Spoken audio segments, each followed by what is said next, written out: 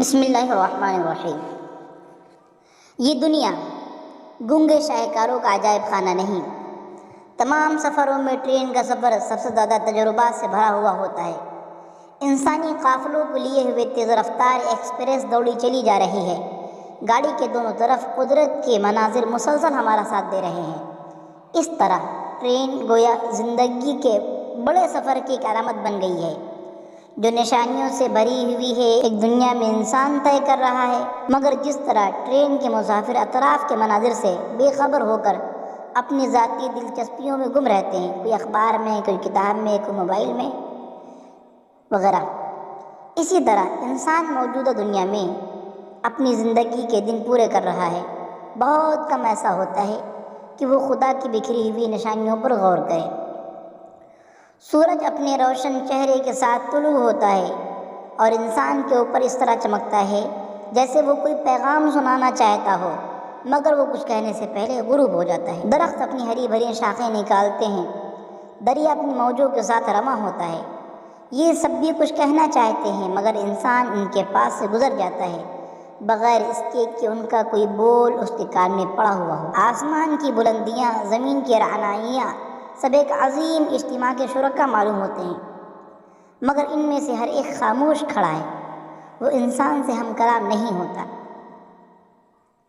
یہ عظیم کائنات کیا گونگے شاہکاروں کا عجائب خانہ ہے؟ نہیں، حقیقت یہ ہے کہ ان میں سے ہر ایک کے پاس خدا کا ایک پیغام ہے اور اس کو وہ ابدی زبان میں نشر کر رہا ہے، مگر انسان دوسری آوازوں میں اتنا کھویا ہوا ہے کہ اس کو کائنات کا خاموش کلام سنائی نہیں دیتا۔ ایک سفر میں ہم ایک درمیانی اسٹیشن پر نماز پڑھنے کے لیے اترے۔ اسٹیشن کے آدمیوں سے پوچھا کہ پچھم کس طرف ہے، مگر کسی کے پاس اس سادے سے سوال کا جواب نہ تھا۔ میں نے سوچا سورج ایک روشن ترین حقیقت کی حیثیت سے روزانہ ان کے اوپر نکلتا ہے اور ڈوبتا ہے، مگر لوگ اپنے آپ میں اتنا گم ہیں کہ ان کو مشرق و مغرب کا پتہ نہیں۔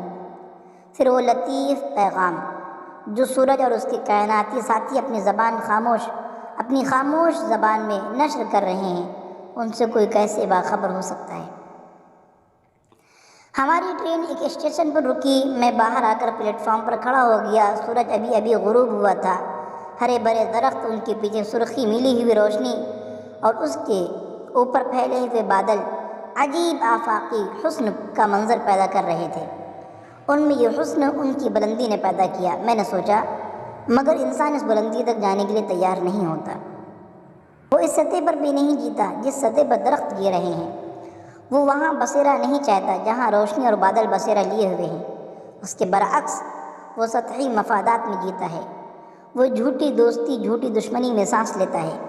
کائنات کا ہم سفر بننے کے بجائے اپنے آپ کو اپنی ذات کے خول میں بند کر لیتا ہے۔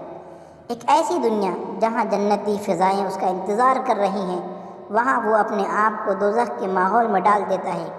انسانی دنیا کے بگاڑ کی ساری وجہ یہی ہے۔